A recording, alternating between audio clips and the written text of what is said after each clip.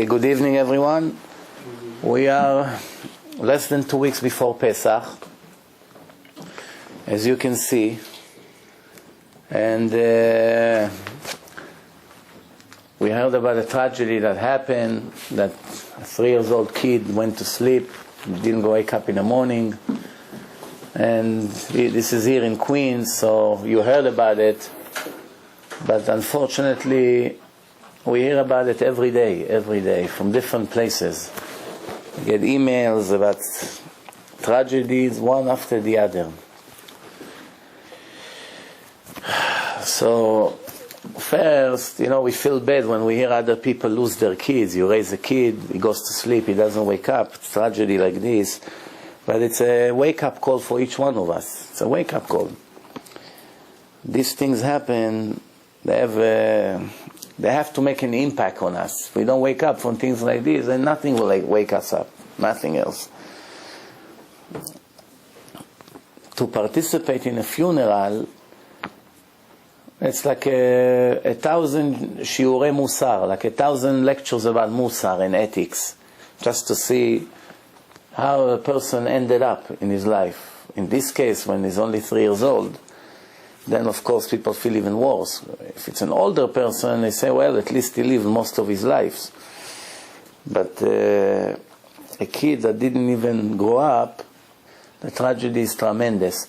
But the truth is, it should be the other way around.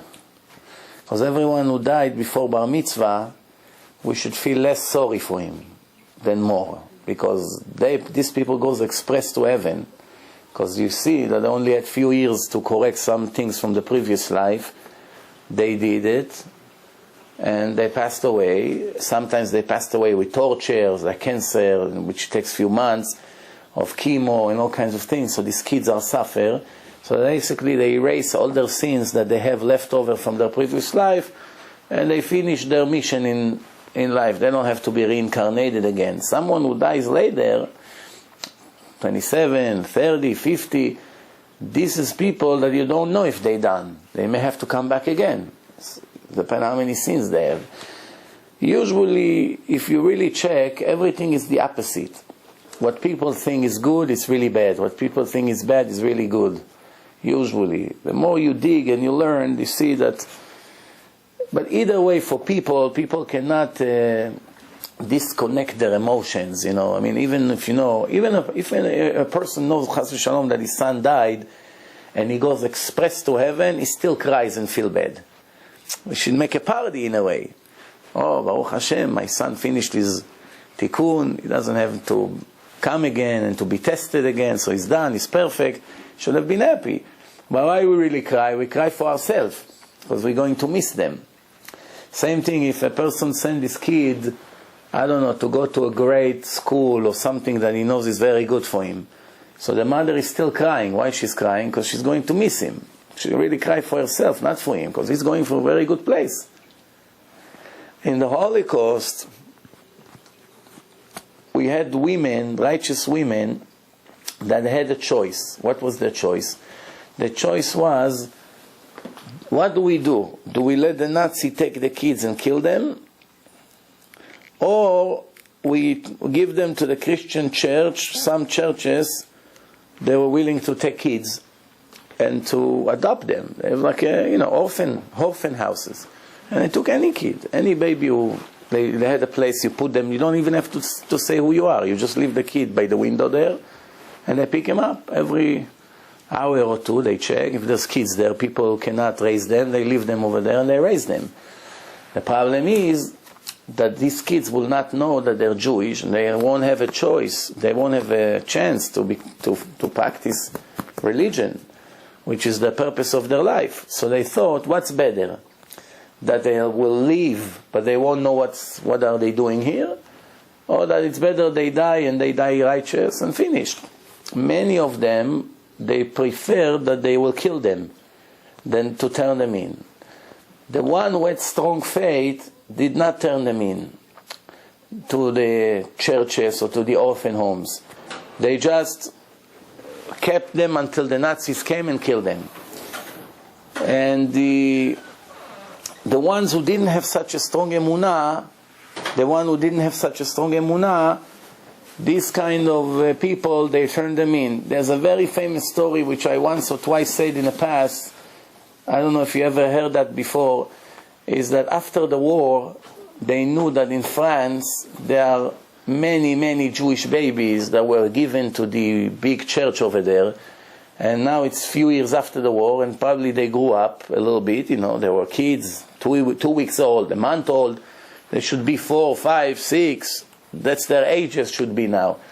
So they wanted to save them, bring them to Israel. They have no parents, no family. So they went there. It was a very big church with big heavy doors. So they knock on the doors there. They open up the door. I say yes. 2 rabbis went there. One Ashkenazi and one Sephardi. The Ashkenazi, he speaks Yiddish. The Sephardi was speaking French. Rabbi Toledano from Morocco, they speak French. Because they didn't know what they're going to need to talk Yiddish to the kids, to talk French to the kids, because this is French Jews. So what happened is that they told the priest over there, we came to release all the kids that were given to you before the war, or while the war was taking place. So he said, you know how many kids we have here? Do you think we know which kids were given to us? We don't have records. The kids were put here. We don't even know their names, what they used to be their names. There's no way to know now who's a Jew and who's not. And so he says, so the rabbis say, okay, just give us 5 minutes and we will know who is a Jew and who's not. So the Ashkenazi rabbi, since the French Jews were speaking Yiddish also, you know, so the Ashkenazi rabbi started to scream Shema Yisrael with the Yiddish accent. Shema Yisrael, Hashem Elokeinu, Hashem Echad. And guess what happened? Many of those kids started to run. Mommy, mommy, tati, tate. The kids started to scream. Why? Because before the Jewish mother put the kid to sleep, what did she do to them? She read Shema Yisrael to them. Right? That's right. So because of that, the kids remember that they had, we haven't heard it for years, this Shema Yisrael. It woke them up. So the kids who were crying, mommy, mommy, they knew right away they're Jewish. And they brought some of these kids back, and they supposedly gave them back their identity. You know, as I said, we are very close to Pesach. Pesach, the significance of Pesach is going from slavery into freedom. Freedom. But not only physical freedom, that the body, we used to be like prisoners and working like slaves, and now we're free to do whatever we want. In a way, we are going from negative slavery to a positive slavery. What's the difference? Because every person, if you really review the life of a person that doesn't have a God in his life, nothing, no boss around him, above him, nothing. He just live, whatever happened, happened. Supposedly he feels that he's very free. And people who have a guideline, Torah, and they follow the rules of the Torah, so they are not so free. This is not allowed, and this is not allowed, and this I can do, and this I have to do it only in this way. There's a lot of restrictions and limitations. So from the outside, everybody say, well, he's religious, so he's like a slave of the religion. There is a boss, and he's a slave. And we are not religious, they said, so we're free to do whatever we want. But the truth is, it is exactly the opposite. How? How is it the opposite? A person that doesn't have discipline and doesn't have a system with rules, he is addicted to many, many desires.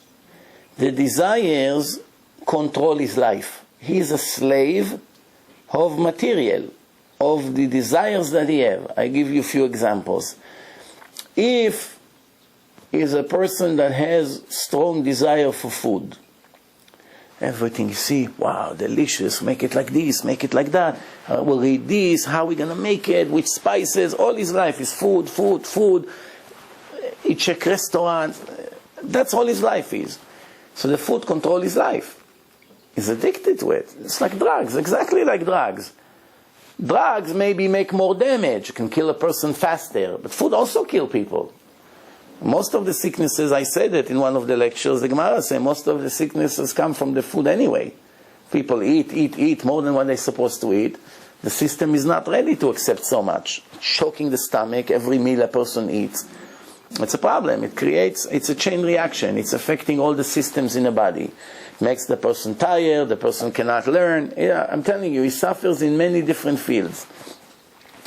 People who eat very little, and they're not addicted to flavors and to all kinds of things. People like this are free. Whatever you give them, they eat. They'll never suffer. I just want to be full and finished. I don't care if it's delicious or not so delicious. Or people who smoke cigarettes. Some of them, they are so addicted, if they have to kill for cigarette, they'll kill for cigarette. They can't imagine their life without it. See, a meal without a cigarette after, come on, how can it be? He's going to walk a mile to look for somebody, maybe he can give him a cigarette. Why? Because he just finished eating, he must have a cigarette. Their body is already designed that it needs this nicotine, it's a problem. Coffee. A person that needs coffee every morning, it's also an addiction. If he doesn't drink, by 2 or 3 o'clock, he starts having headaches. How do we know? Yom Kippur, fast day, most people get headache not because of the food, because they ate tons of food the night before. They're not so hungry. But 12, 1, 2 o'clock in the afternoon, they have pounding headaches. So now they, Baruch Hashem, made caffeine pills. You take 2 pills before the fast, it keeps you going until the night. So you don't have the headache. Because the headache is what bothers most people in a fast day. Right? So you see that the person is a slave of something. Some people, they are slaves of ego. The ego controls them. They always are busy how to highlight themselves. And if they don't get credit, they suffer. They get very offended. And if somebody takes the credit that they deserve, they go crazy. They fight, they run, they make phone calls, sometimes for days. Why? He didn't write my name. Or by mistake, you spelled my name wrong, and now nobody will know to give me the honor that I was looking for. So these people become very miserable because they are addicted to this sickness, which is glory, fame. And that's, by the way, the reason why all the movie stars and the rock stars and all these famous models, they're all into drugs and alcohol, and many of them kill themselves. Why? As long as they are, supposedly they're happy. Once they go down a little bit, or they feel emptiness, that's it, they don't want to live anymore. Because I got used to this, and now I don't have it, I don't want to live anymore. Same thing, wealth. A person that is growing up wealthy since he's a kid, if you take away his wealth, he wants to kill himself. He doesn't want to live anymore. What life for? What do I need life for? Right? But a person that is not addicted to material, which means he knows that Hashem created the world, He gave us the Torah, and we are here for a short period of time. We have to pass the test, and that's the most important thing, and everything else is minor. He never get to a situation that he dedicate all his life to this. He won't dedicate his life for money. He won't dedicate his life for sport. He won't dedicate his life for women. He won't dedicate his life for clothing. All these sicknesses that our sick society have doesn't apply to him. How do you know I'm right? Go and check the real, not the fake, the real kosher, holy, big rabbis that we have in the world, in a generation. One by one, I can tell you names. Go to their houses and see how they live. Don't get me wrong. Millions of dollars go through their hands every month. Budgets, donations from the richest people on earth. And they distribute the money according to their understanding. People trust them. So if they have a big deal in a factory, they write 10% from the income and they give it to this particular Rav. And they tell him, you decide how to give it out. They have like funds. And they always give the money out. Just a month ago, one of them got robbed. $50,000 from Rav Steinman in Bnei Brak. Baruch Hashem, they caught the thieves now, the police in Israel. But how such a Rav that lives in such poverty has so much money in his drawer? The answer is money comes in and out all the time. This is like a bank.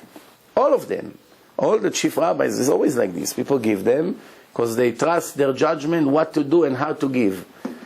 So the point that I'm making here now, if you go to Rav Steinman house, you never saw in your life such simple house, never, ever. You go to the poorest neighborhood in the world, the poorest people, they don't live that poor. His chairs are made from milk cart. Milk, you know, the cases that you bring milk from, people sit on that. Chairs, if there is chairs, it's from 60 years ago. They're all wood, peeled, ripped, whatever you can think of. Nobody cares. The walls, holes in the wall, scratches, a piece is broken, there's a hole here. Nobody cares. They don't even care what they have. He will have money, he will give it to a poor person, but he won't fix it because I have no connection to this world. My soul, in such high level, I can care less if this picture is beautiful or if it's crooked or if it's broken. It doesn't make a difference in my life. I can care less if I have jewelry, if I have a fancy car, not a car, doesn't matter. All I need is I want to get from here to there, the car will get me there. Doesn't matter, convenient, quiet, smooth ride, you know, beautiful suspension, Rabbi, you know, this is a special car. They go from 0 to 100 in 3 seconds. They don't care about these things. To prove to you that this is the case, Rav Ben Zion Abba Shaul that passed away 10, 11 years ago, one time he came to the yeshiva and he saw everybody went to a wedding. It was one of the students of the yeshiva. So he asked, anybody here goes to the wedding? So there was only one guy that left. Everybody already gone.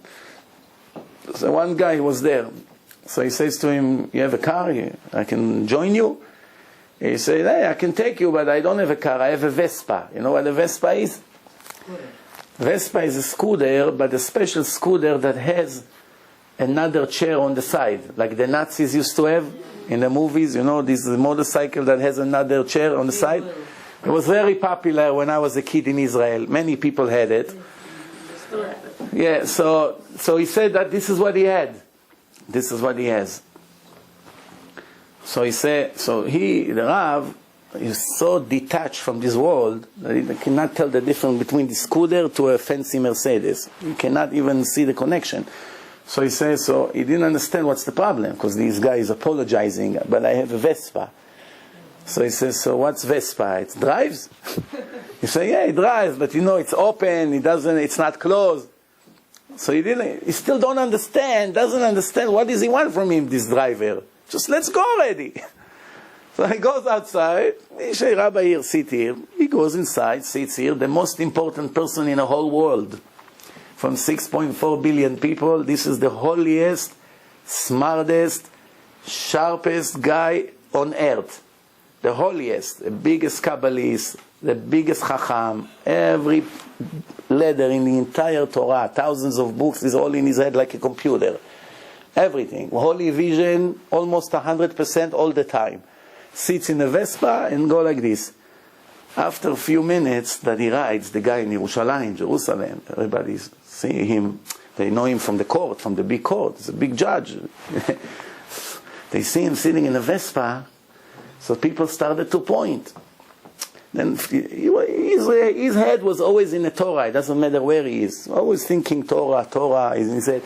But then he realized that something is fishy here, so people gathering and pointing. So then he screamed, stop the car.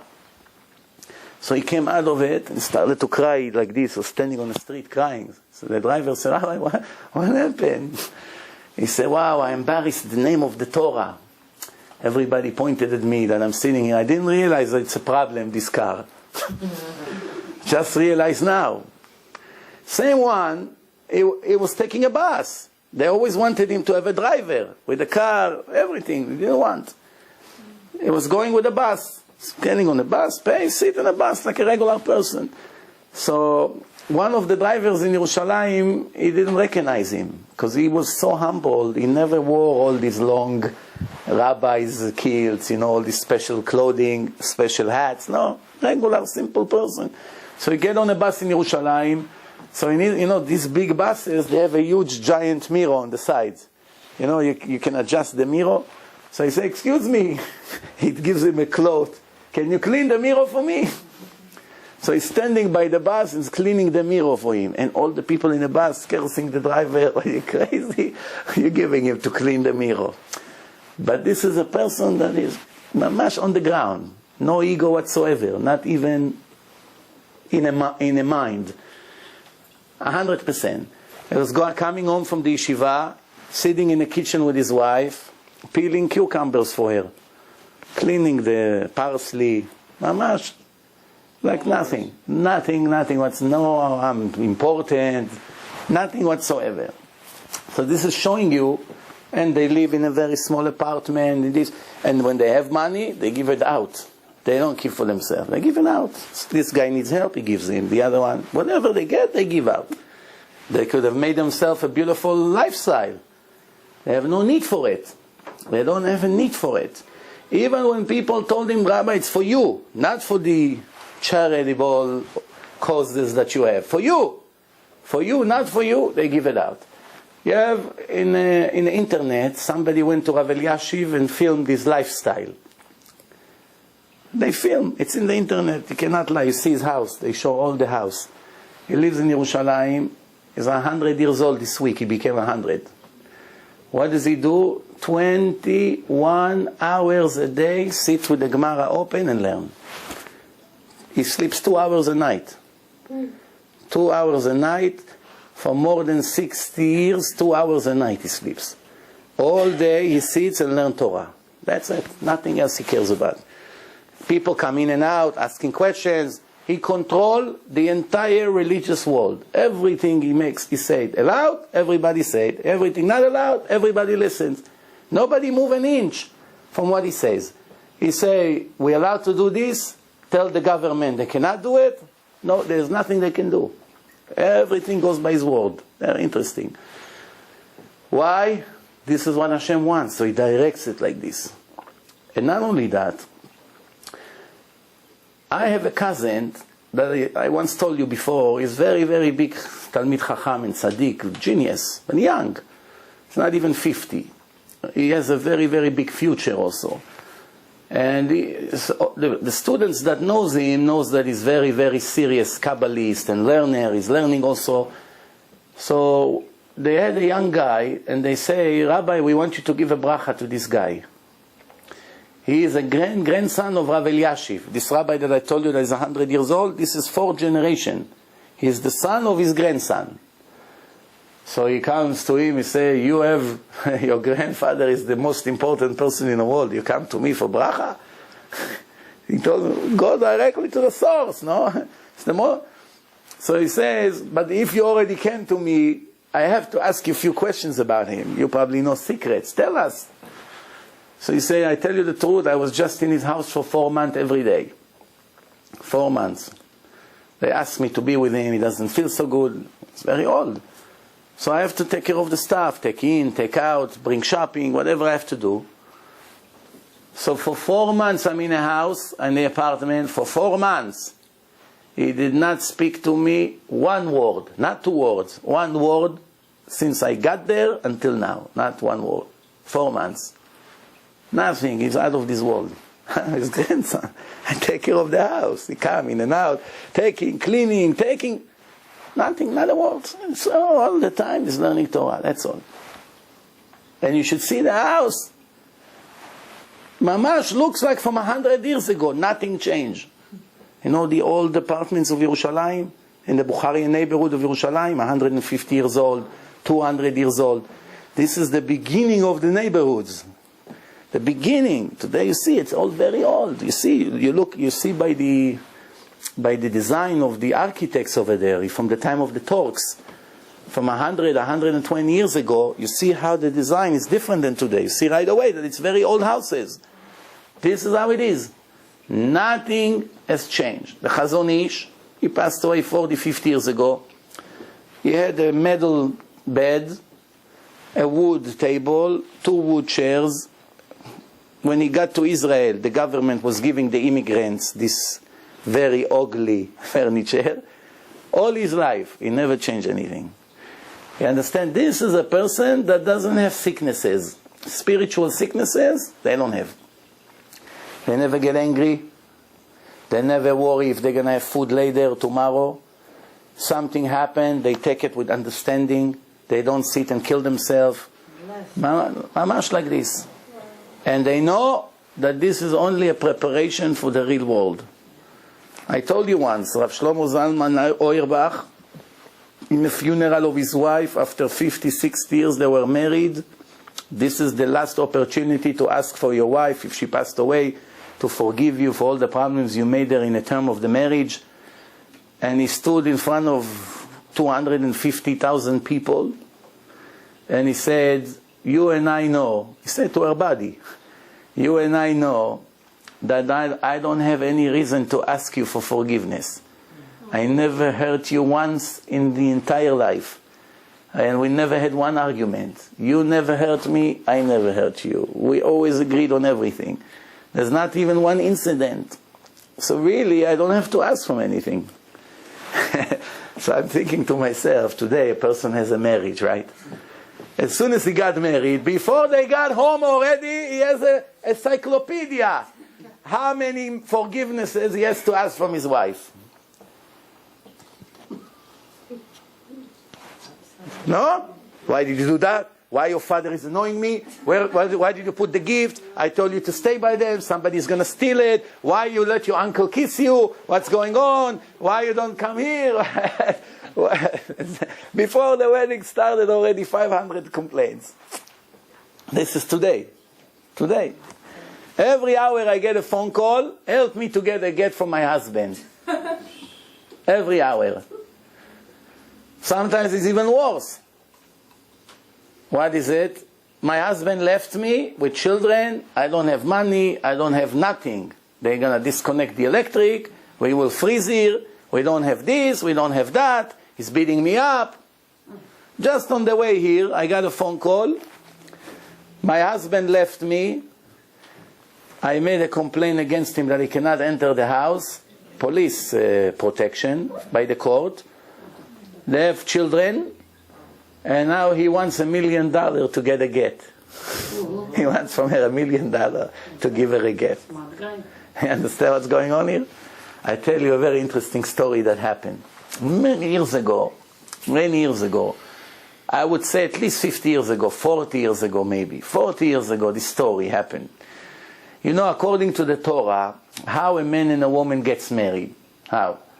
Doesn't have to be the way we see today in the weddings, in a ceremony, with guests, with a band. Doesn't have to be. It's enough that there is him and her and 2 witnesses, and the rabbi who arrange everything, 5 people can get married. That's really it, and it can take 5 minutes.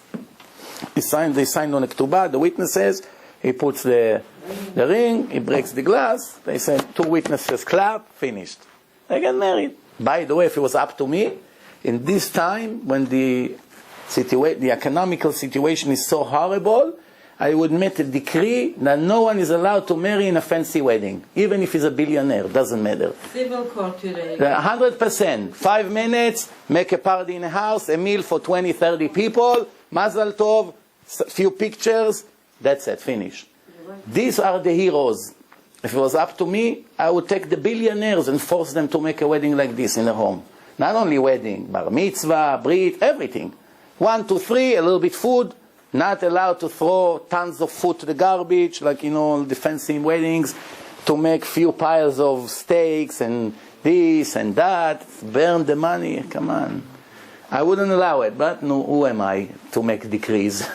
Nobody would listen anyway. So just give you an idea. So 40 years ago, so how do you get married? Once a person say to a woman, "Areat mekudeshet li," doesn't have to be a ring. Can give her a quarter. A quarter. He gives her a quarter to her hand. He can give her this. It's worth a pruta. Pruta today it's a quarter, let's say, in our time.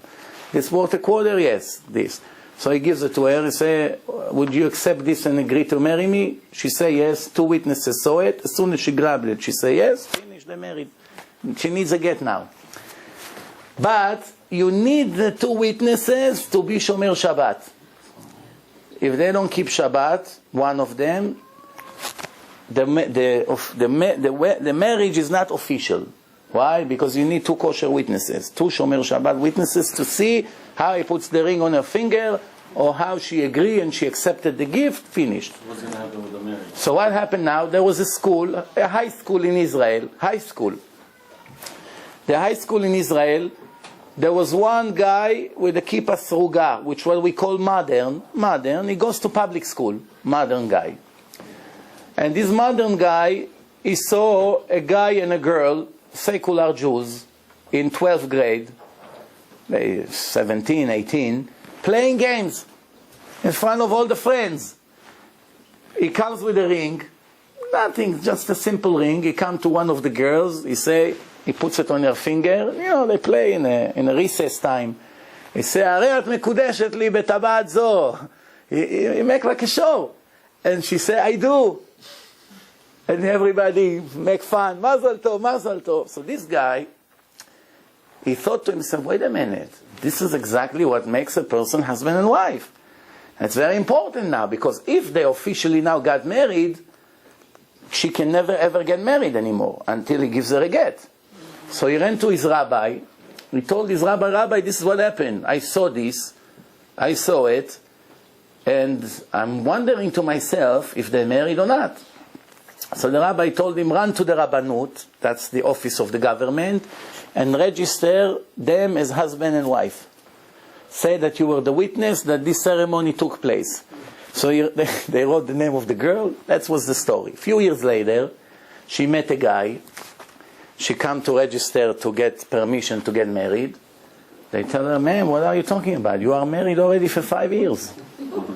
She said, what married? I'm not married. Never been married. She said, sir, look at the computer. Ma'am, look at the computer. You got married in this school, at that date, at that time, and this is the witness that saw that. Now, remember, you need 2 witnesses. But certain things in the Torah, even 1 witness is good. Certain things, 1 witness is also good. Certain things. So, like, for instance, if this is pork or glatt kosher beef, you don't know, 1 person is loyal enough to tell you this is pork, you cannot touch it. Or I saw that if 1 person come and say, I worked in that restaurant, and I saw that they switched the kosher meat with non-kosher meat, that's enough, you're not allowed to touch it. You cannot tell him, I only 1 witness, you have to bring me another one in order for me not to eat it. You cannot touch it already, from the doubt. So there are scenarios that 1 witness, I don't have time to start explaining it, it's going to take forever, but just that you understand. So this is an argument between the poskim, between the rabbis. If 1 witness saw a ceremony that a man made a woman his wife, 1 only, if she needs a get because of the doubt. It's a doubt situation. It's not clear if she's married, and it's not clear if she needs a get. Since he cannot play with fire, he has to give her a get, divorce, because of the doubt. Maybe she was married. Now, if he won't give her a divorce, she's a married woman. If she's going to get married, the kids will be mamzerim. It will be a disaster. So this woman comes now to the Rabbanut. They tell her, you're already married. So what? I have to get married now. I have a boyfriend. So you have to get a get from that guy. So she located that guy. She came to that guy, and the guy was a very bad person. When he saw that she needs him, right away he said, that's an easy way to make bucks. Can make some money now. So that was 40 years ago, he asked for $10,000, which is like $100,000 today, approximately. So he told her, no problem, you want to get? I'm willing to give it to you. Just give me $100,000. Go to your father, collect the money from me, I'll give you a get. No matter what they do, he doesn't want to give a get. They go to this rabbi, they go to another rabbi, they go to another rabbi, they don't know what to do now. Everyone is afraid to allow her to get remarried. Until they got to Rabbi Ovadia Yosef. Today is the chief Sephardi rabbi in the world, but at that time I think he was the head of the court in Petach Tikva, in one of the cities. So they came to him, and he says, call the guy to me.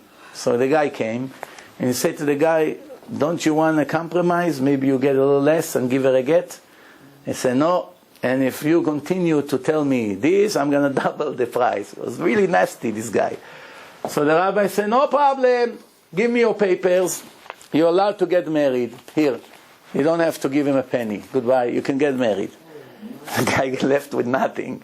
So he answered that in his book. He told the story. He said that in his lecture, what happened, and he answered. He says, from the Torah, you need for marriage 2 kosher witnesses that were Shomer Shabbos. Even though that event was in front of many guys and girls, right?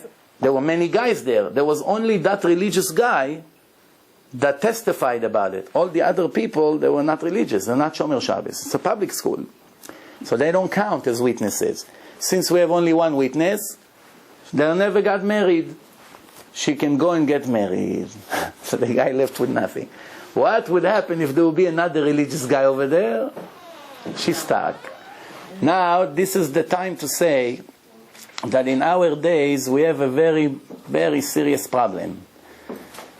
The problem is that people don't really evaluate good enough the value of the marriage. What marriage is.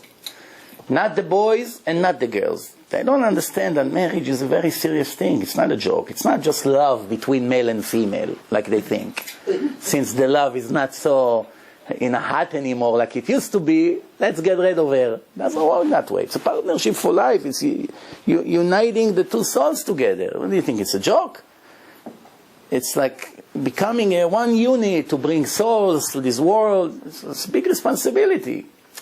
Since these people live like animals, they have no values. No values. They lie, they cheat, they steal. They are much like desires like animals. So these kind of people, they're not capable of being parents or being in a marriage and relationship because they don't even have the alphabet, the foundation of life they don't have. So what happened now? They cheat. The men cheat all the time. The more money they have, the more they cheat. Because they have money, they go on business trips, they go to hotels, they call all these dirty magazines, and that's what they do, they cheat. And the women, which you may think, well, a woman will take 1,000,000 times before she cheat on her husband, especially if she has kids. This is minimum of common sense before we talk about religion. Just, they don't care anymore these days. The women, they're just as bad as the men almost today. So now, on my way here, I get a phone call from one woman who asked me to help her to get a get from her guy. Through the investigation that I investigated her on the phone, I found out that she was cheating on her husband. So what's going on now? Now she wants to get a get from her husband that she can go and continue the sins that she started with her boyfriend on the side of the marriage. So I basically destroyed her life by telling her, I'm very sorry to disappoint you. The Torah says that if a married woman cheats on her husband with a specific person, she's from that moment on forbidden to her husband. He must divorce her. He cannot be with her anymore. Cannot touch her anymore. She's not his wife anymore. It's over the marriage. And she can never get married to the person that she cheated with. She's stuck from both sides. She couldn't stay on the phone. She gave the phone to somebody else. She disappeared. Why? She had already plans. I've got to get the get. I've got to go marry the guy. I just told her, I'm very sorry. Why? Why the Torah is like this? Because if a woman that cheated on her husband can now get a get from the husband and go with the man that she's cheated, everyone would do it. Every woman who wants to get rid of her husband, what's the point of giving a get? The get has no value. The get, the Torah say that if the man and a woman reach the situation that they cannot stay together for whatever reason is, he has to write them a get.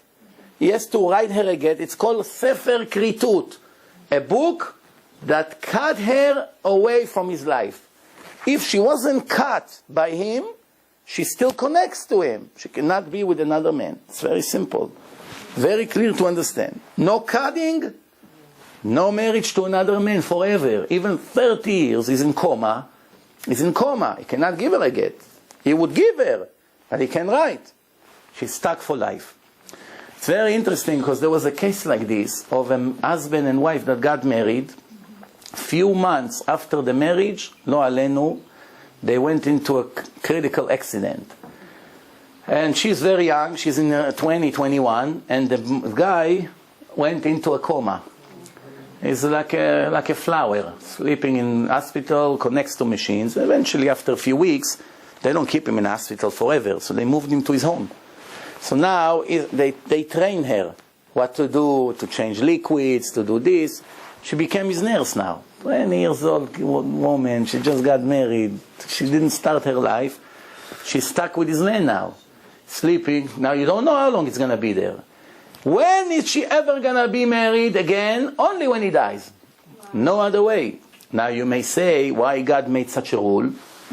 The rule was there always. Before that incident and before the next incident, that was the rule.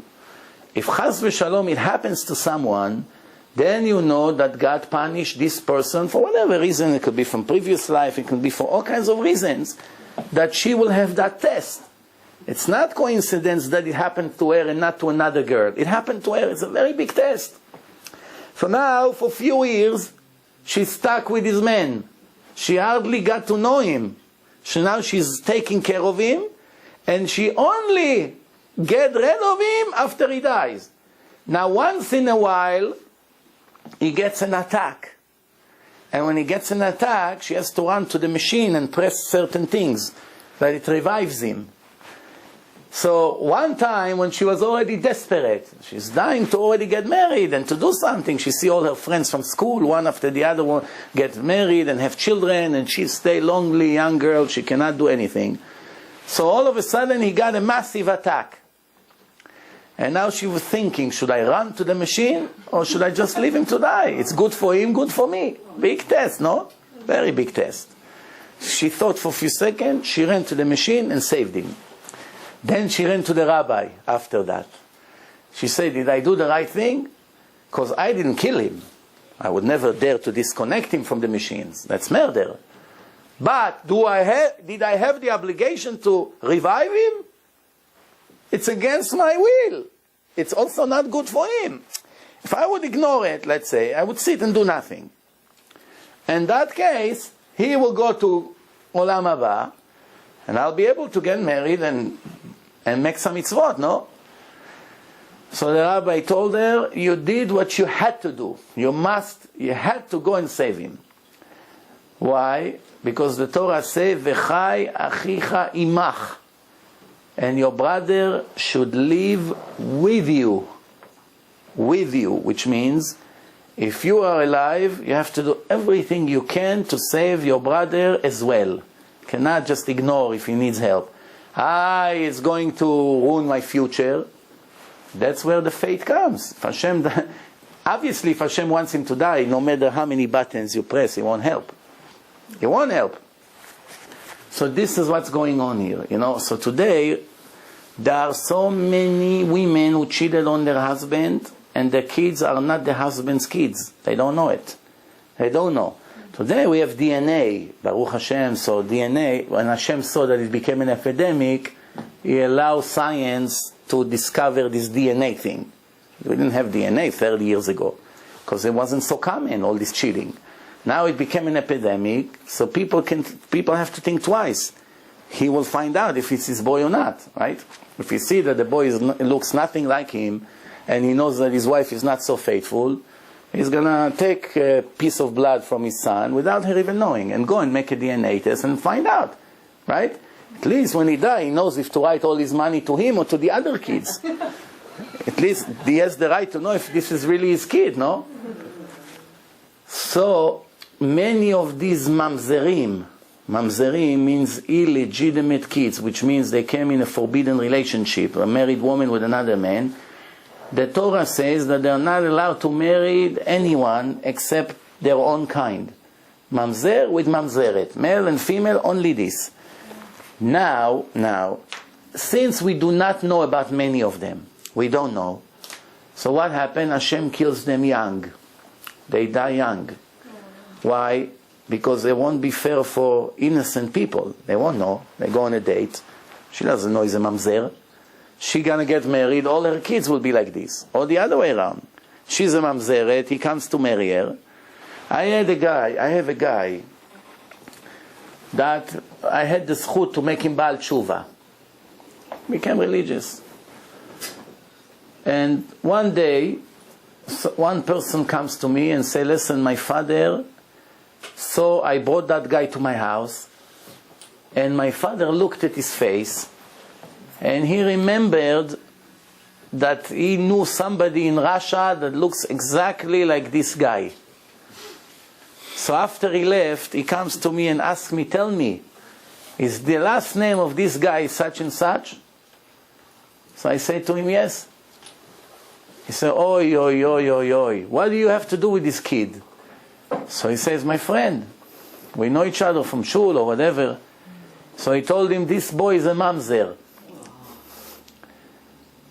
So he says, what happened? He said, well, the mother couldn't have kids with the father.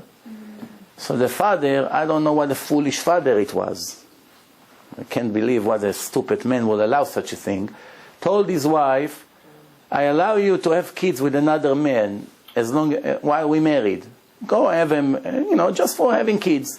So he allowed his wife to go and get, have relationship with another man. And this man was a friend of this father here that saw him. So he knows that this kid is not really his father's son. He thinks that this is the one who raised him, that's his father. But this guy knows that it's not his father. But until this moment, the boy doesn't know.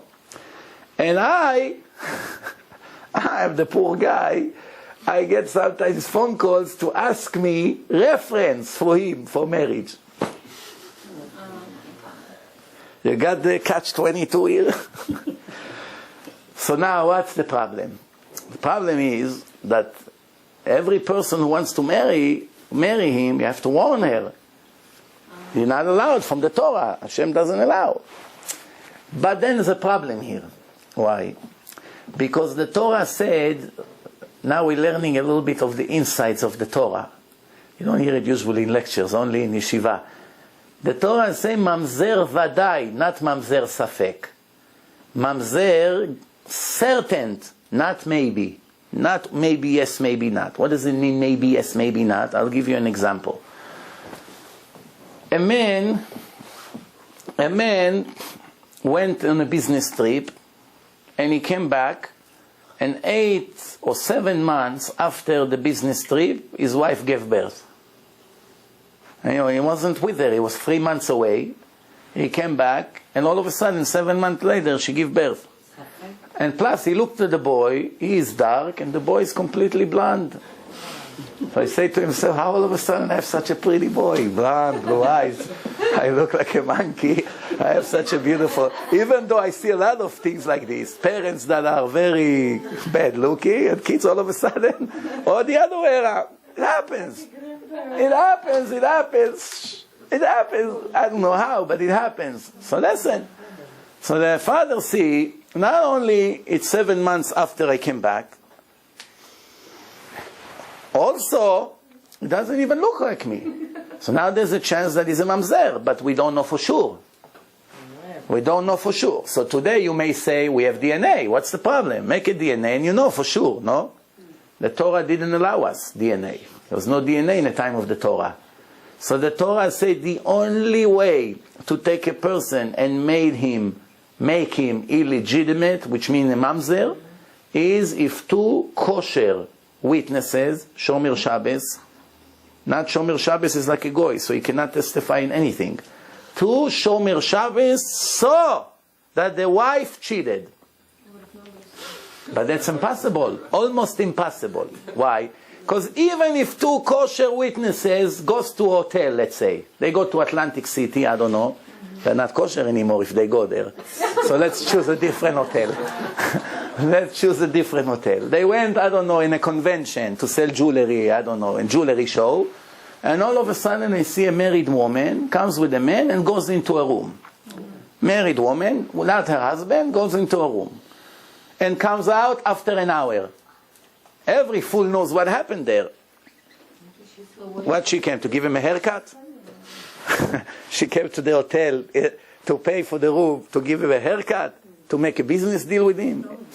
Everyone understands what she did there, but since we didn't see in our eyes, we only in the other side of the door, We cannot make the kid that will born 9 months later from that date a mamzer. We cannot. We cannot. Not only that, even if there's a camera in a room.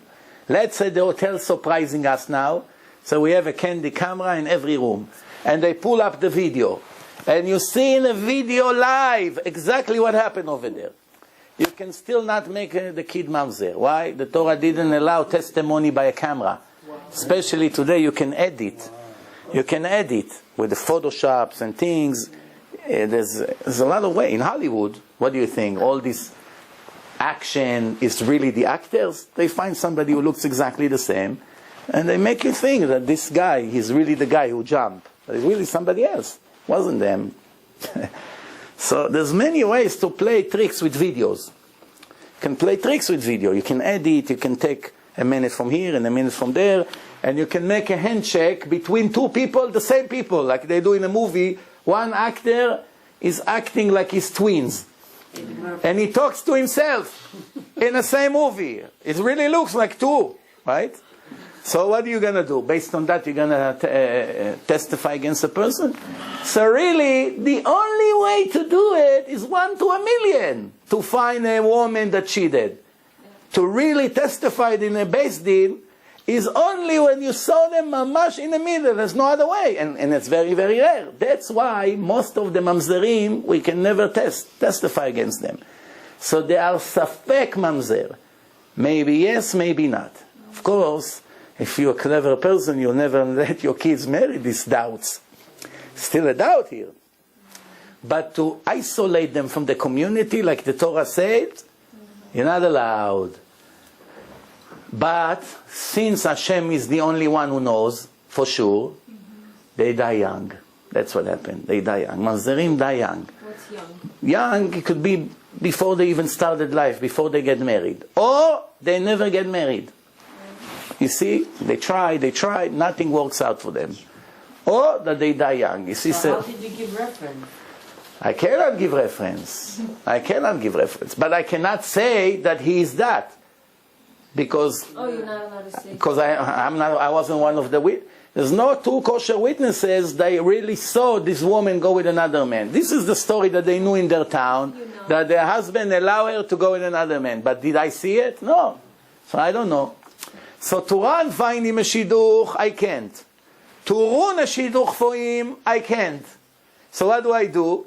The Torah says when you have an intersection and you don't know if to make a right or to make a left, just stand still.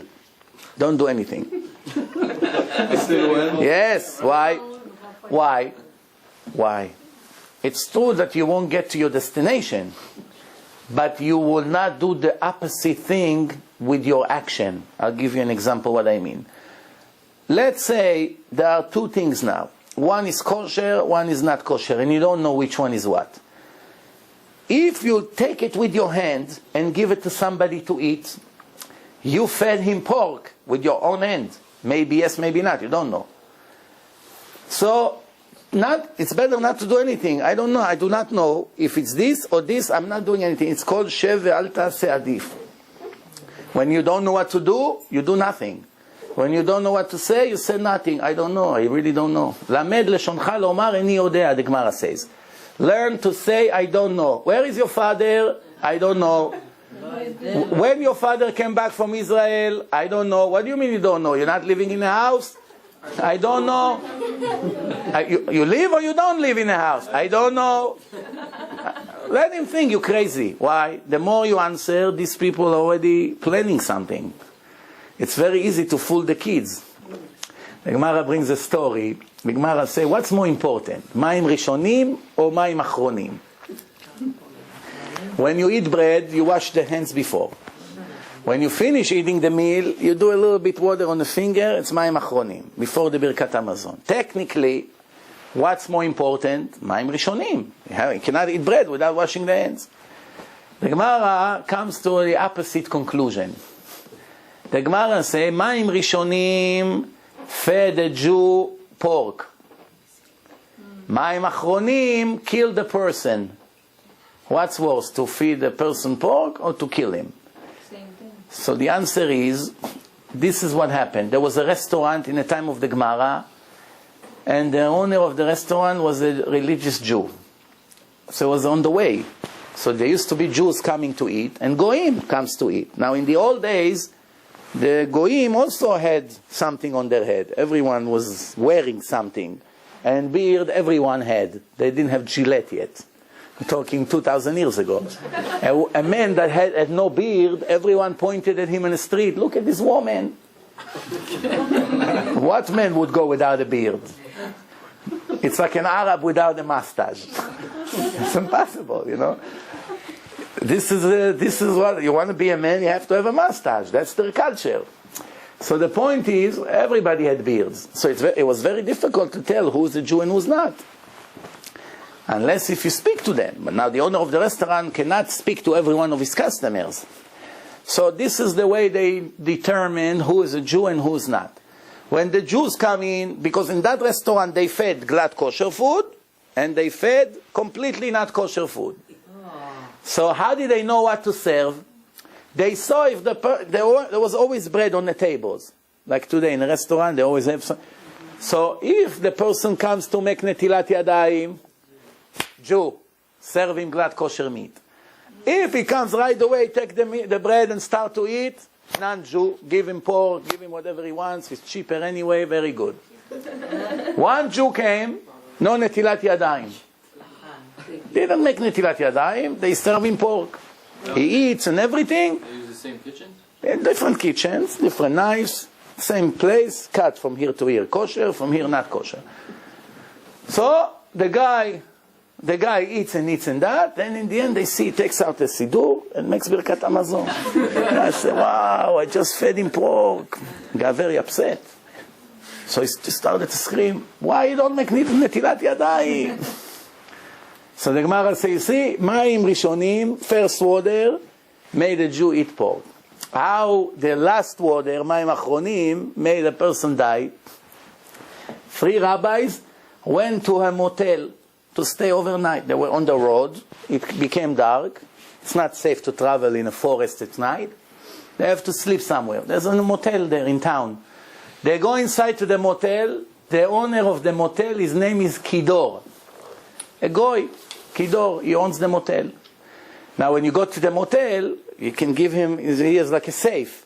So you give him your belongings and he's keeping it for you. He gives you a note and you come the next day when you check out and you take it out. So 2 rabbis take their wallets, their money, and they want to give it to him. One rabbi says, I'm not giving him the money. So why? It doesn't make sense that he's going to cheat his customers because he doesn't want to ruin his reputation. Nobody will come to his motel. If he steals once or twice, nobody wants to come here. So he said, because his name is Kidor. Kidor, it's a bad name. Why it's a bad name? Because the Torah says, Kidor tahapuchot ema. Dor tahapuchot means, Dor means in Hebrew generation. Ki means because. Kidor, because it's a generation of revolution. They go and rebel against God. That's the meaning of the verse in the Torah. Kidor. So his name comes from a bad, negative verse in the Torah. I don't want to mess with this guy. It's a negative name. And the other rabbis say, it's not a proof. They gave him the money. The next day they come. He didn't give him his money. They come to get their money. The guy say, what money? He didn't give me any money. Standing here yesterday talking, he didn't give me anything in the end. He said, no, we gave you our wallets and our stuff. I said, I'm sorry, rabbis, you're dreaming. You didn't give me any money. They saw that his mustache is dirty with bean soup. You know, like chulent, very thick bean soup, so his mustache is a little bit dirty with red. So the rabbi said, let's find out where he lives and go to his wife and get the money out of her. So they went to the house, they knock on the door, the woman opened the door, they say, hello, we just were by the motel, and your husband sent us to take the wallets from you that he gave you last night, and he said that the sign,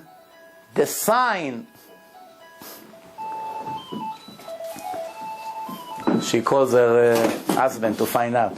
So it said, the sign that you should give us the wallet is that you ate bean soup for lunch with your husband today here. So how do they know what we ate for lunch? So I guess my husband said, there's no telephone to call, hey darling, the wallets that you stole from these two Jews, you really want to return it to them? There's no telephones. So they walked all the way to his house. She opened the door and said, the two wallets, you have to give it to us, and the sign is that you ate a few hours ago with your husband, bean soup. So, oh, very good. So she went inside, she gave them the wallet. So the guy came back home at night. She said, wow, that was a great idea. You sent me these two rabbis to take their wallets. I said, what? You gave them the wallets? What? He took a chair, broke on her head, and killed her. So the Gemara says, you see, mayim achronim, when they used to make mayim achronim, they go like this on the mouth to clean the mustache. Besides, a person that has a beard and a mustache has to be extra careful because there's always crumbs stuck around. It's a forest. It's like fruit growing on a tree. He has to be extra careful. Besides, I always talk about it, that if you want to be a kosher Jew, before you talk about the mitzvot of keeping Shabbat, putting tefillin, not being a thief, and all the rest, you always have to make sure you're clean. You never smell. If you smell, you take 3 showers a day in the summer. Yes, there's no choice. Deodorants, use deodorant. You should never have long nails. Never let a person see long black nails with dirt underneath. And a person that he has messy hair should always cut his hair neat, should always dress properly. You have to know. And when you come to the shul, sometimes you see people, they come to the shul with their clothes from work, all black, dirty. You know, they work and they're all mechanics. I don't know what they do. They come with their clothes and they spray to Hashem like this. You understand? So I know some mechanics that they put an outfit on top of their dirty clothes. They cover it with a nice long thing because they don't have now time to go and take a shower and change their clothes and then put their clothes again because they go back to work. But they come presentable in front of Hashem when they pray. Why do you come with your dirty clothes, all this dirt on your hands? This, you gotta stand in front of Hashem. The Gemara said the rabbis used to make us to wear special clothes before they started to pray. They had special clothes just for the praying, to show Hashem that this is an important moment for me. Don't come like casual, like for me it's nothing, walking in the street and singing the prayer. You know, be'ema uveira, like a person is shaking just from the thought, I'm standing in front of the Creator of all the worlds. So this is it. So going back to what I started to say before, a person that is addicted to his desires, he is a slave. And a person that knows allowed, not allowed, he controls his desires. My wife is allowed to me for 2 weeks now, very good. Now 2 weeks, time out, not allowed. Control myself. That means I can control anything in my life. When I sweat, I sweat. I'm cold a little bit, I'm cold. I'm not complaining. I take everything, whatever they give me to eat, I eat. If I go to people's house, they put me on a mattress. It's not so comfortable. There's a leak on my head. No problem. Hashem puts me here. I get the best out of it. You never get depressed. I read in a survey 2 weeks ago, people that have faith in God, Jews and non-Jews, just those who have faith in God automatically decrease the chance to be depressed by thousands of %. Before we're talking about if it's real religion or not real religion, just the fact that they know there's God who watch me and He's controlling everything, which means I need His help and He's going to save me. Like I know a lot of Spanish people, I think, I don't know, maybe I'm wrong, but I think that from all the Gentiles, the Hispanic, the Spanish, have more tradition. They're more religious than the other Goyim. They're more religious, because every second word, Dios, gracias a Dios, you go to all these countries, every corner you have a church. They're very connected to the religion, especially if they're poor. You go to Mexico and all the poor neighborhoods, every corner you have. When they're very rich, they already forgot about Dios. You know, now he's a tycoon. You know, the richest person in the world is not Bill Gates anymore. The Mexican guy. Oh, yeah? Victor Salim. That's a Lebanese. Huh? Arab? Yeah, Lebanese. Lebanese. Salim. Yeah. So we have a mission to accomplish. Yeah. So Bill Gates lost his title already, and also Warren Buffett is number 3. Huh? Poor guys. Very good. Gabi, you number 4. God willing. Say amen. Amen. I'm not so sure that you have to say amen. You become so rich, it's a problem also. Share it. Many people say to me, I'm dying to be rich only for one reason. I'm going to give so much money to the yeshivot. I'll teach all the rich people what does it mean to really be rich. This is what And I'm smiling to myself, and I said, once they get their first million, they won't even remember the shul. They won't even remember the yeshiva. The same rich people, before they made their millions, they also thought like this. You have to understand one thing. When you don't have a test, you don't have any interference with the Yetzer Hara, the evil inclination. You don't have it because it doesn't apply to you. It doesn't apply to you.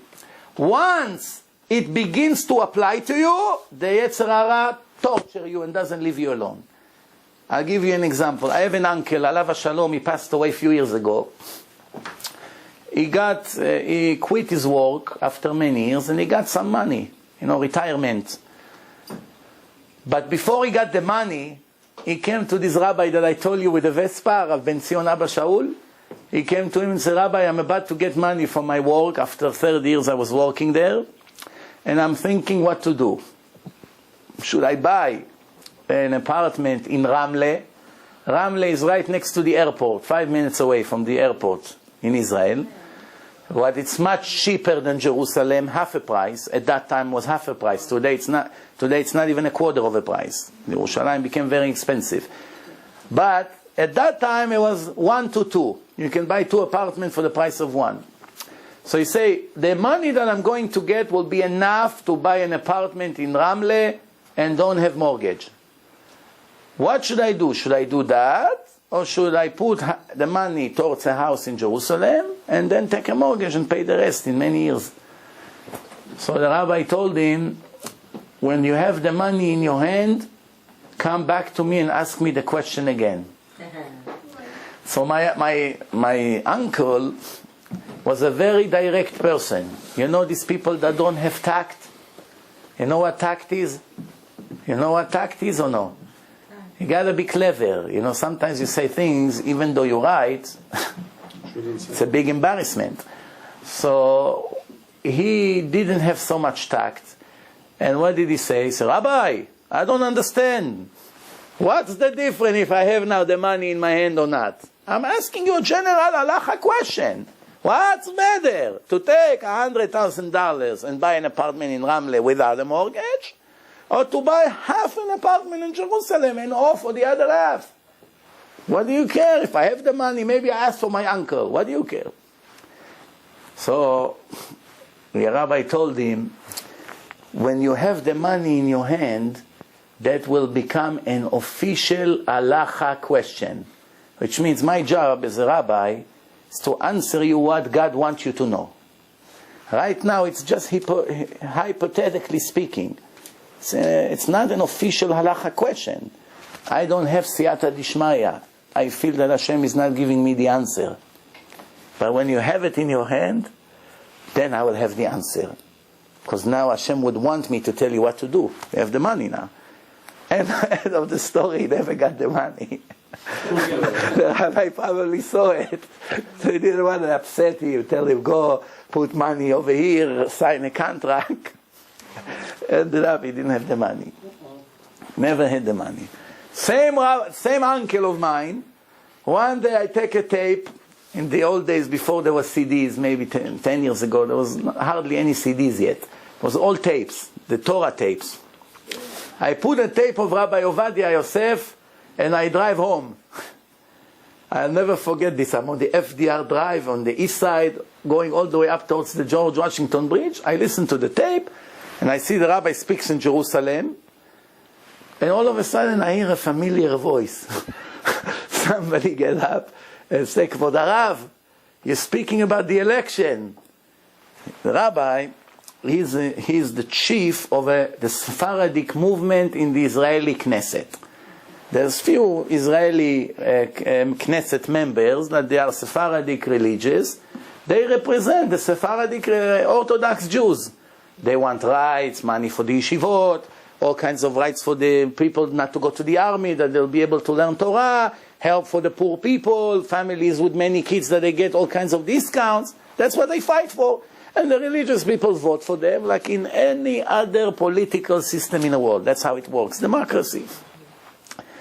So he says, the rabbi, it was about a week or two before the elections. So he said to all the large crowd over there, someone who is religious and he votes for a group that runs to the government and they are not religious is a very big sin, because he gives these wicked Jews the power to destroy Israel, and every bad thing they're going to do, he is guilty, which is 100% true. Okay, it's 100%, this is how it works. Same thing, all the Arabs that donate to the Hamas and to Al-Qaeda and to all these terrorist murderers, even if they don't murder with their own hands, everyone they kill, they have a share in it. They're going to get punished for every victim. Why? Because their money kept them going, these murderers. Same thing if you buy secular newspapers. And these newspapers, especially in Israel, they constantly smash the religion and say bad things about the Torah and about the rabbis and against everything, and they even make jokes about it. By you buying these newspapers, besides the fact that it's against the halacha, to see all the not modest clothes over there and all the Lashon Hara, you make them stronger. And because of your money that you constantly buy their newspapers, they keep going with their sins. If you would not buy from them, they'll go bankrupt. And there will be less sins. So you participate in something negative. So he says, so you're not allowed to vote for them. But if you know the Israeli politics, in order for you to become a prime minister, you need to have the majority of the parliament, which you have 120 seats, you have to have at least 61. If you don't head to 61, you cannot be a prime minister. Now, if your group got 40, you still need 21. So you go to all the small groups. He has 5, he has 7, he has 11. You offer them all kinds of jobs and budgets, and they join together and they make a government. That's how it is. So now the religious group anyway has to join to the wicked ones. The big parties, they are not religious. So the religious people anyway go to them with the government. So because of the religious people, this party, they're making rules sometimes against the Torah. So my uncle get up in front of maybe 1,000 people there. Say, Kvod Harav, I'm driving, I hear this voice sounds familiar. If you vote for the religious party that in the end anyway join with these parties of the secular Jews, isn't it the same? Silence. You should see what happened there. The rabbi, that's the first and last time in my life that I heard him getting angry. He says, Shev b'sheket chatzuf. Sit quietly, you chutzpan. You chatzuf. How do you dare to ask such a question? I said, what? It's my uncle. Well, I'm shaking in the car like it's live. Right away I called my aunt. She said, don't ask. For 3 weeks, he cannot get out of bed. He's so depressed. He went 20 times a day to the rabbis. He said, Rabbi, forgive me. He said, I forgive you already. Enough. How many times do you ask? He goes after an hour again. Rabbi, you sure you forgive me? Until he passed away. It was a legitimate question, but even a legitimate question, you have to know where to ask. I remember one person asked him, he was speaking against the wigs, that the religious women today, it's all became a business, a show, fashion show. What is this? That's true. $5,000 wig here, $5,000 there. You modest? You have to be really modest. Enough with this nonsense. So he's talking against, especially the Sfaradim. When did we see our grandmothers with all these wigs? Religious women used to cover their head. That's it. So another idiot got up and he said, Kvod Harav, every Shabbat we see your daughter-in-law with a very fancy wig. So he said, believe me, there is enough place in hell for her also. He thought he's going to embarrass him. Right away, he told him there's enough room for her in hell. The truth is the truth. No matter your daughter-in-law, that's the truth. Later he's going to go home and his son will scream, wow, you embarrassed my wife in front of the whole world. But he had to answer him that. Imagine if we tell him, this rabbi is not real. When it comes to his own daughter-in-law, all of a sudden it's no problem. If it's good for her, it's good for us. It's a very tricky question. And he passed the test. All right, before we finish, I want to just conclude with some things about Pesach. Pesach, besides cleaning the chametz from the house and make sure there's no breadcrumbs and no this, the secret of Pesach is to clean the chametz from the heart. To get all the negative, all the dirt out of our personality. Take out the anger, take out all the ego, take out the laziness, the stinginess, the stealing. Gotta purify our hearts.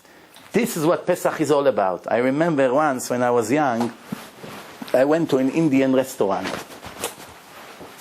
In Manhattan, they have fancy Indian restaurants. And everybody told me, Indian food, you have to go to this restaurant, they serve the best Indian food. So I go to this restaurant with my wife. We go over there, and I see that the prices in the menu are very reasonable. For Manhattan, such low prices. It's very tricky. So then I see that they serve to the table next to me Indian bread. Indian bread. Did you ever see Indian bread, how it looks? Looks like a balloon. Round like this, like a balloon. You make a hole in it with your finger. It's very thin, very thin. Shh, all the steam comes out because it's full of steam. You make a hole in the Indian bread, it crashes. You take it like this, you make a little bowl. That's it. How much? Maybe 16, 17 years ago. Each piece of dough like this, $2. It's like $7 today. So I realized the trick of this restaurant. The food is almost cost price. Because everybody look how much the food. How do they make their money? On the drinks and on this lousy Indian bread. So I say to my wife, what do we need bread now? We eat rice. Who wants to eat bread with rice now? Forget about this bread. So then I see the Indian guy comes to me, sir, did you try our Indian bread? I said, no, it's okay, we don't like bread. He gets insulted, he goes. 2 minutes later, somebody else comes, sir, you're not trying the Indian bread? After 12, 13 times, the whole meal we eat, they're all standing around us like they're ready to choke us. Every 5 seconds somebody else, sir, the Indian, you didn't try it. It's the first time somebody doesn't eat our Indian bread. Then the guy got angry. Don't come here anymore if you don't eat Indian bread. Because they're serving us and they're not making money. So I had an idea with this Indian bread. Indian bread, this is like what this world is all about. What's the difference between a Jew and Indian? How do you write Indian in Hebrew? Hodi. Hey, Vav, Daled, Yud.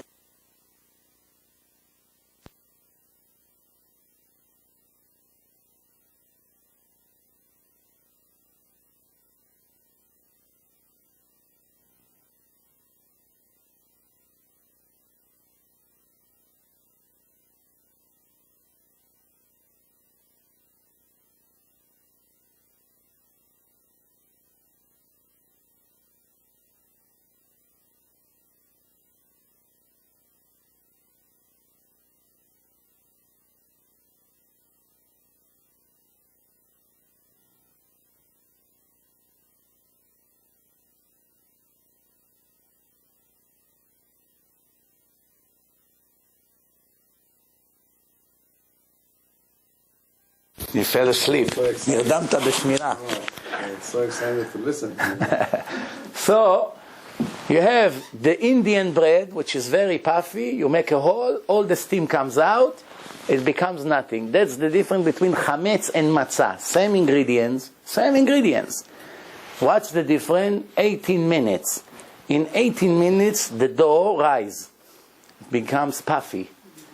Bread, bread, if you make dough and right away put it in the oven, it won't rise. It will be a piece of like wood, very very like matzah.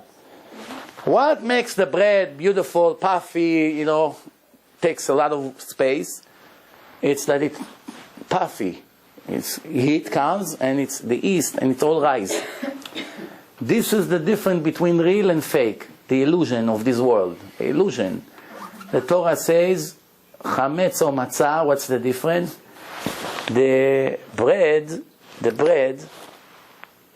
it's significant. It's symbolize all the phony world, the phony life. Pesach, it's time to be free, freedom. We came out of slavery, of physical slavery, into spiritual freedom. We got the Torah, we became connected to Hashem. We say in the Agadah, the night of Leil HaSeder, we sing a song, Dayenu, Dayenu, Dayenu. We have a list. One of the things we said, if Hashem brought us to Mount Sinai and didn't give us the Torah, Dayenu, it's also great. What do you mean great? The whole thing was all for the receiving the Torah. It's like all the preparation for a show. They build a stage, they put all kinds of sound system and a laser and everything, and then the band, the guy is sick, he's not coming. What's the whole point here? The answer is because the unity that they reached, there was already such a level that even before receiving the Torah was also a great thing. The unity, everybody stand and waiting for the moment, all together. The Torah says when the Jews received the Torah, all the blind people saw everything. All the deaf people heard everything. All the birds, all the animals, everyone froze. Nobody made a beep. It was such a special moment to the world. Not only there, in the entire world, the Goyim, everybody was standing, shaking. They don't understand what's going on here. Something is happening now. Not only that, it says that the slaves, shifcha, a maid, that's the right word, a maid. What's a maid? She's not a prophet. She reached such a spiritual level greater than the prophet Ezekiel, which was one of the important prophets in history. That's the level that they reach before accepting the Torah. Ra'ata shifcha bayam in the Exodus of Egypt, ma sheYechezkel ben Buzi couldn't see. The prophet Yechezkel, and this is the prophet Yechezkel that Hashem took to the valley and showed him thousands of bones, and he asked him, will this bone revive and come back to life? And he said to Hashem, you know. I always wonder, why did he answer Hashem, you know? Hashem, you know. He should have said, of course. If you want, everything can happen. Absolutely. They reach such a... Why the prophet Yechezkel, we'll finish with this. Why the prophet Yechezkel didn't say to Hashem, when Hashem asked him, do you think that all these bones can revive and come back to life? Instead of saying, of course, Hashem, what's the question? I would answer, what's the question, Hashem? If you want, everything can happen. If you make a person from a drop of seed, you cannot make a person from a skeleton, which is 50% ready already? What's the question here? But why the prophet didn't answer this? Because he was answering deeply. He was going with a spiritual answer. He said, I do not know each one here what merit he has. Can he revive or not? You only know who died here. If they have the merit to revive, it wasn't answering physically, technically, if it's possible or not. You know. Of course it can, everything can happen. The question is, if these bones don't have the merit to revive, the Satan is going to come and say, excuse me, objection. He cannot resurrect. Resurrection of the dead is coming after the Messiah comes. It's a higher level already. After Mashiach comes, there will be all the resurrection of the dead of the exile and in Israel, and all the bones will roll to Israel. It's going to be amazing time. Not every Jew revived. Not every Jew revived. I'll finish with a joke about it. 2 Jews came to buy a grave in a cemetery. One beard, peos, religious. The other one, earring, tattoos, shorts, come with his muscles from the beach. So he said, I want to buy a grave. And the religious guy comes first. He said, how much? He said, $2,000. $2,000, he give him a deed. Here is your grave. Then the macho comes. Said, how much? He said, $2 million. So no, I don't want to buy the whole cemetery. I want to buy a grave. He said, yeah, same piece of grave like I just sold to him, for you, $2 million. He said, what is this, discrimination? He said, why, you don't like me because I'm not religious? He said, no, you don't get it. By him, it's only temporary. He gets it. Soon it's going to be the resurrection of the dead. He comes out of the grave. I get the real estate back. By you, it's forever. 2 million for millions of years you're going to be here. I don't get your spot back. That's what the Torah says. You got it? Some sins that we do can chas v'shalom not resurrect in the resurrection of the dead. I want to encourage everyone to get rid of the chametz. Don't count on selling to the goy. Try to finish everything. Cook, give it to the maid, give it to the goy in your work. Get rid of the pasta, get rid of the bread, get rid of the cookies, get rid of it. It's for $10, $20, doesn't pay to keep chametz in the house.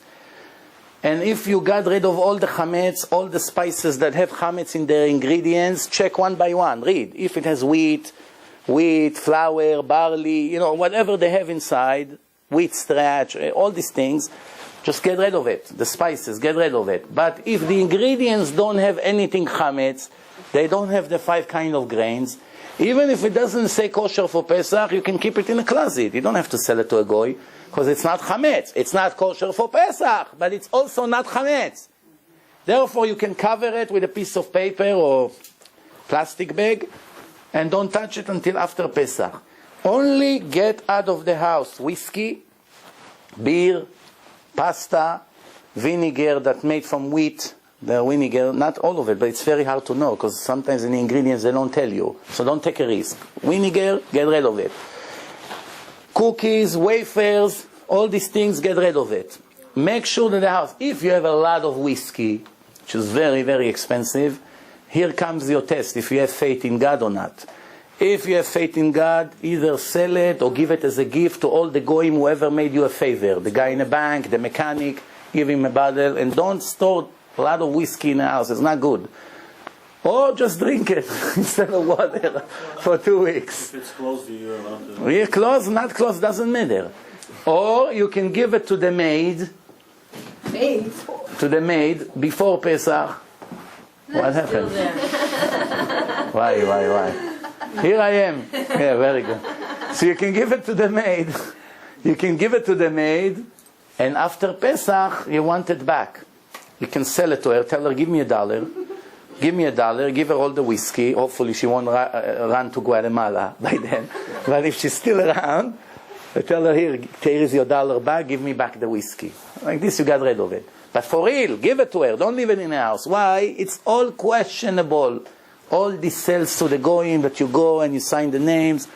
Why it's questionable? Because somebody made a test. There's a supermarket in one town that he sold all his chametz to a goy.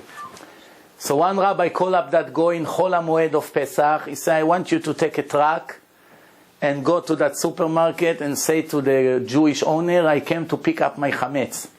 Because he bought it. And I want to prove everybody in town that the Jew won't let you take it. Even though you made a deal. What's the deal? He gives a down payment before Pesach.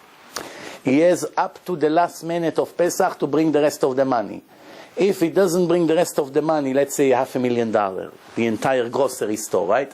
So if he doesn't bring the rest of the money by the end of Pesach, then you're buying it back after Pesach. So why? What's the whole trick here? Jew is not allowed to own chametz in Pesach. Not allowed to own it. If a Jew owned the chametz in Pesach and he did not take it out of his territory, out of his car, out of his office, out of his house, out of his apartments, out of his buildings, out of anything that he owns, if he did not take the chametz out of his territory, even when Pesach is over, this chametz must be destroyed. Nobody ever can enjoy from this chametz. You cannot give it to the goyim, you cannot even give it to your dog to eat. Not allowed. You must destroy it. That's why you have to get rid of it before Pesach. If you didn't do it once Pesach started, finish. You cannot sell it anymore. As a matter of fact, from Erev Pesach, if Pesach is tomorrow night, from tomorrow in the morning, once we burn the chametz, we get rid of it, that's it. 6 hours into the day, you cannot sell the chametz anymore, and that's why we have to do it before, not to wait to the last minute. And I always say to people, don't leave chametz. Get rid of it. A month before, just get rid of it. Eat it, cook it, give it out. That when Pesach comes, you don't have any chametz. Like I say, if you have a lot of whiskey, then you sell it to the goy. Otherwise, there's no reason to sell. No reason. This whole sell trick was made for supermarkets that have $1 million chametz. They cannot destroy it, so they make a deal with the goy. But it wasn't for ordinary homeowners. For $15 chametz, he grants to the rabbi to sell it to a goy. You know, it's a shame. Yes? Can we do it in the backyard? No, the backyard is your territory. No, not in a basement, not in a garage, not in a basement. It's exactly like in a house. Okay. You must get it out of your territory. Also, one last thing, don't forget to clean the vacuum cleaner. The bag of the vacuum cleaner, the bag of the vacuum cleaner is full of bread crumbs, full of chametz. Don't leave it in a closet the entire Pesach. Get it, replace it in the last minute, get rid of it. Also, if you have garbage bags that you own, garbage cans, big garbage that you own, or you wash it, you get rid of it, the city will pick it up before Pesach, or you make it hefker. You put it in the street, not on your territory, and you say, I'm not interested in it, it's not mine anymore. And you keep it there. And after Pesach, you grab it, and you become the owner of it. Why? Because if it's yours, even if there's a garbage inside, chametz, it's also a problem. You got to get rid of chametz. You're not allowed to own one wafer. If you have chametz by you, every second is 3 sins from the Torah. 3, 6, 9, 12, 15, 18, million and a half, 2 million. You can clean everything. Yeah, you clean. The most important thing, which I almost forgot, after we clean the chametz, we check the night before the chametz, we do bitul, we cancel all the chametz. We say, if I have chametz that I didn't see, I'm getting rid of it. I'm not interested in it, it will be like the sand. You have to say it 3 times, we see it in Haggadah in the first pages. And the next morning, when you take the chametz to burn it, they have places to burn the chametz. After that, you do again the cancellation of the chametz. If you don't have a place where to burn the chametz, break it into small pieces in a bathroom and flush the toilet. And then make sure you clean the toilet that nothing is left. Yes? You're not staying at home. You're living before Pesach, let's say a few days. Until the last day of the Pesach. Until the last Technically, day. you can sell the house, the entire house, with all the belongings to a goy. But I said, it's better to get rid of the chametz. It's not so difficult. How much chametz we have? Bread, bagels, get rid of it. Yeah, but some people, they just... Huh? I got so much macaronis on sale. How much macaroni cost? 99 cents a box? So give it to Sylvia and to, what's her name? All the cleaning ladies that come. Just give it to them. Give it to them, a gift. A tip. Give it a tip. You're doing such a great job. Take some spaghetti. Thank you very much. Thank you again, Levi. Good night.